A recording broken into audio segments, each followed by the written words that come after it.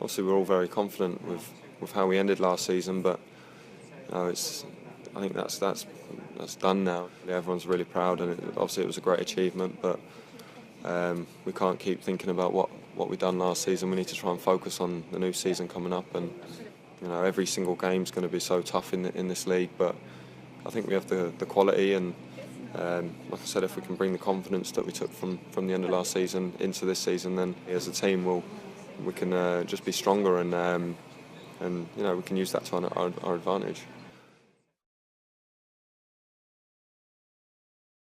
What's going on, guys? So I did tell you that I would be doing a roundup to make up for the past 4 days that I've been away. Once again, if you didn't watch the review, the Wolfsburg review, the reason why I've been away is basically I've been at work and haven't had really the time to put together videos. So we'll be doing a quick roundup from Tuesday up until today, and then going forward from now. So starting off with the biggest sort of news, which not really concerned Newcastle, if you like, but concerning a ex-colleague of ours, Ian Cathro. Now, Ian Cathro was one of Rafa's coaches who did move on to manage Hearts. Obviously, we did play them in pre-season.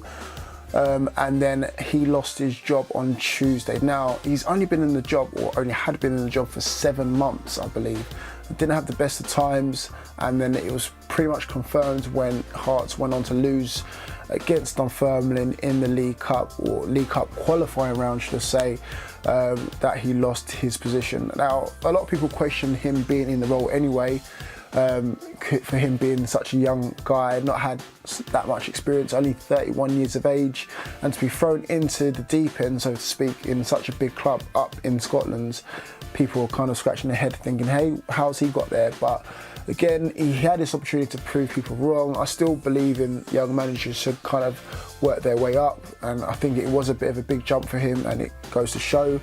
And now he's out of action. So rumour has it that he might be offered some sort of coaching capacity back at Newcastle United, but I'm sure he wants to get back into the swing of things, back into managerial work as soon as possible, because now he's had a taste for it, he's going to want more of it as well. So hopefully things work out for the best in Cathro, and then moving swiftly on. Despacito, quiero respirar tu cuello despacito, deja que te diga cosas al oído.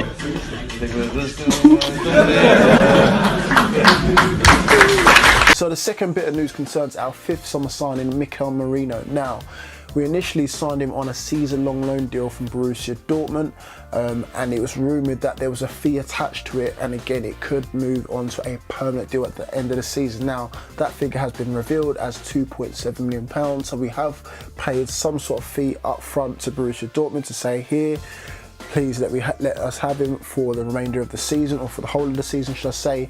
And then at the end of it, if he plays 20 games, then he will make his move complete for £6.5 million. It's kind of like a payment down now. If he impresses and he makes 20 odd appearances, which I'm sure he will do, judging by the couple of performances that he's made so far, then we'll pay the remainder of the £6.5 million. So that's £6.5 million complete altogether, not £6.5 million on top of the £2.7 million. And then he'll be ours, full-fledged and a Magpie. Now, he's got off to a bit of a slow start against Mainz. Obviously, he only got 10 minutes there and put into the centre-half position for the last 10 minutes. But then against Wolfsburg, he's picking up passes all over the shop. And I think he can be the right foil for Shelvey, or alongside Shelvey, picking out balls, winning possession back from the deep kind of centre of midfield, and then just making passes, and he's got pace to burn as well. That's the thing. So it's such a great addition, at the same time something that's been under the radar, because nobody knew he was coming to the club up until obviously he was pretty much ready to sign for the club. So great addition to the side so far. Just that little bit of skill that people have seen from him already, people feel like he's going to be a world beater. So I think we've got a real prospect on our hands. Now, our third bit of news concerns Ivan Toney's completed his season-long loan to Wigan Athletic. Now, I'm a bit shocked that he didn't aim for a little bit higher, seeing as Adam Armstrong's currently on loan at Bolton Wanderers for 6 months, who are a championship side. So obviously, as you know, Wigan Athletic are in League One. I thought he would have punched a little bit higher, but again, at least he's getting some first team experience, and I'm sure he'll be playing week in and week out. Now, he did well in his previous clubs that he's been at. He's been on loan at Barnsley. Last season he was on loan at Shrewsbury and Scunthorpe, scoring 7 apiece at both clubs. So I'm expecting this is going to be a good move for him, and obviously this is what he had to say about his move to the Latics. It's a great club, and obviously it's fantastic facilities, and it's just such an attractive club to be at. So that's the main reason why I chose them. What are you looking to get from this loan move here? Well, they should be in a division above, so hopefully I can help towards that and get them where they need to be. You've got a good track record in this division as well. Last season you scored a lot of goals previously, been with Barnsley and other clubs, so I guess you know it well. Yeah, I know it well, but I just got to do my job really, and hopefully it's enough for the team and for the manager, and hopefully I'll repay him for bringing me in. All the best for the season, Ivan. I really do hope that you flourish at Wigan. Now, moving on to the transfer room, there's so many to get through, but I'm going to keep the best ones in this video. Now, starting off with Lucas Perez at Arsenal currently. Arsene Wenger has confirmed that he will be moving him on, but he does want a fee for him. Now, the fee was rumoured about £13.4 million. Deportivo La Coruña, who is his previous club, have supposedly offered around about £9 million. So again, that falls short of Arsenal's valuation. Newcastle United, on the other hand, have kind of tried to figure out if we can make a deal happen, but again, we're still unwilling to match that £30 million, which is a no-brainer to me. I do not know what is going on behind the scenes at the moment with our valuations. But moving on to another striker, Joselu from Stoke City, 28 years of age, was at Real Madrid previously before. In fact, he was on loan at Deportivo La Coruña last season as well. Apparently we made a loan bid for him as well. What has it come to now? But thank God it's been rejected.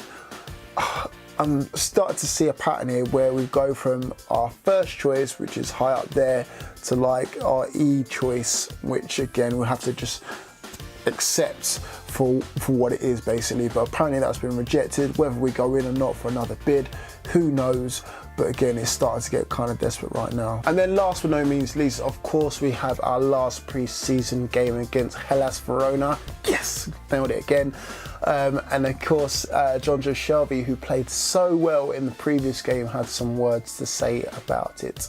It's going to be a good game, to be fair, to get back to St James's Park after a long time away from him. And the last time we was there, we won the championship, and it was such a good atmosphere. So hopefully it'll be the same on Sunday, and then the following Sunday against Spurs.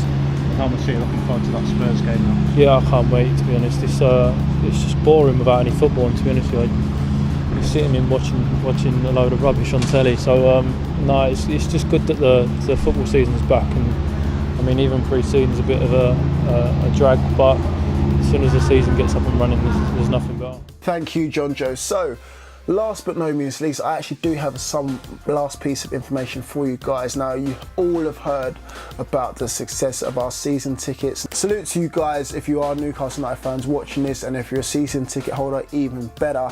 And I'm sure I'll see you guys all soon. Keep it tuned. Peace.